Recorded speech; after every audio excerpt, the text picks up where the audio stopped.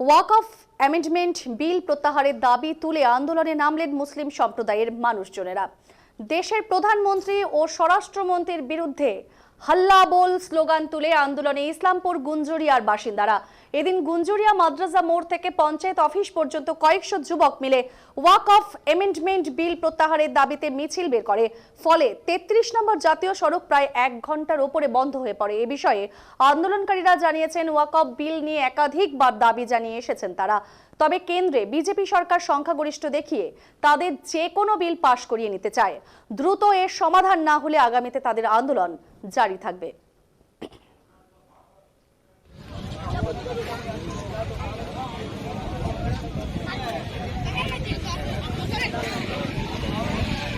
আবারও জানাবো, ওয়াকফ amendment bill প্রত্যাহারের দাবি তুলে কিন্তু একেবারে আন্দোলনে নেমেছেন মুসলিম সম্প্রদায়ের মানুষজনেরা। দেশের প্রধানমন্ত্রী ও স্বরাষ্ট্রমন্ত্রীর বিরুদ্ধে একেবারে হাল্লা বল স্লোগান তুলে আন্দোলনে ইসলামপুর গুঞ্জুরিয়ার বাসিন্দারা। এই মুহূর্তে কিন্তু গুঞ্জুরিয়ার যে বাসিন্দা তাদের একেবারে হাল্লা বল এই স্লোগান তুলে কিন্তু বিক্ষোভে সামিল হয়েছে।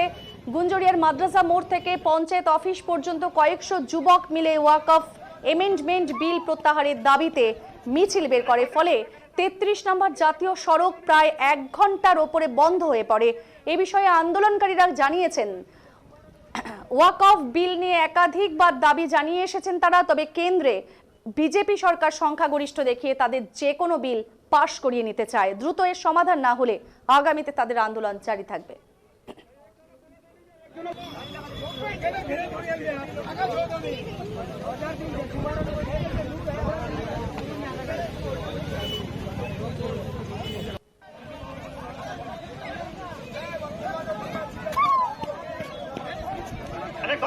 में हिंदू मुसलमान लगाना बंद करो।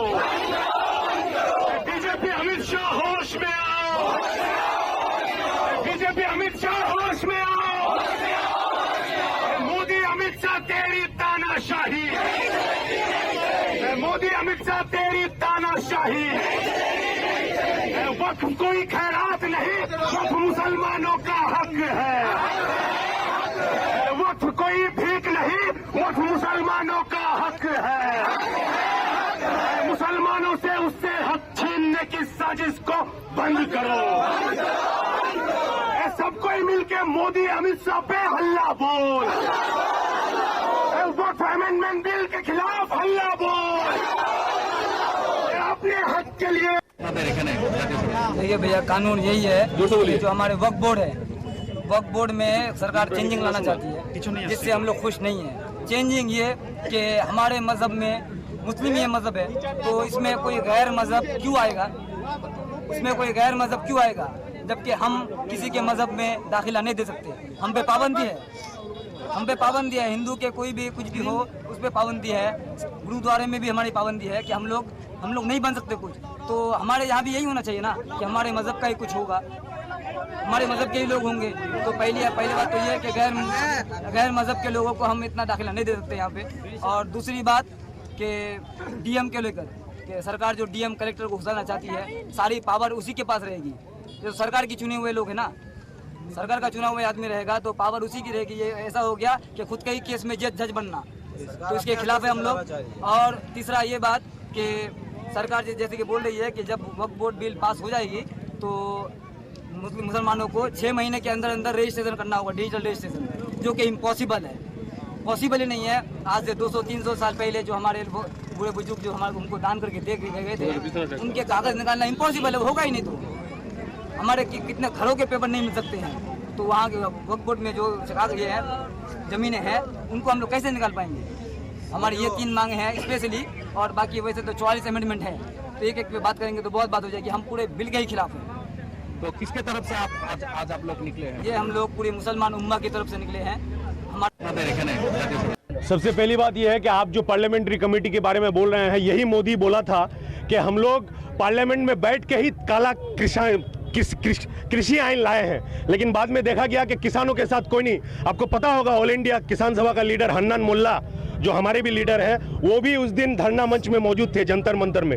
सभी पॉलिटिकल पार्टी ने अपनी बात रखी है। बात यह है कि बीजेपी जब से हुकूमत में आई है वो किसी की बात सुनती नहीं है। उनके पास मेजोरिटी है बोल करके तानाशाही करके हर एक बिल वो पास करना चाह रहा है। किसी ने नहीं कहा एनआरसी करो, वो कर दिया। किसी ने नहीं कहा 3 तलाक बिल लाओ, वो करेंगे। किसी ने नहीं कहा कि आपका जाकर के वक्फ अमेंडमेंट बिल, कौन मुसलमान बोलने गया था भाई? आप लोग कोई बोले थे? नहीं बोले थे।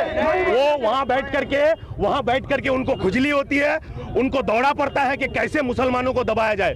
और अब हम जानते हैं कि बीजेपी सरकार में गणतंत्र बोलून, जमहूरियत, डेमोक्रेसी का कोई मतलब नहीं है। सबका गला घोटा जा रहा है।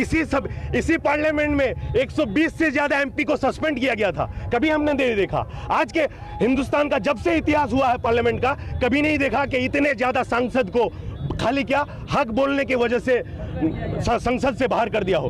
तो जबरदस्त, आप जब जानते हैं कि संसद को, एमपी को, चुने हुए एमपी को सस्पेंड कर दिया जाता है 1 घंटे के, आधा घंटा के नोटिस में, तो ये आम आदमी की क्या बात सुनेंगे?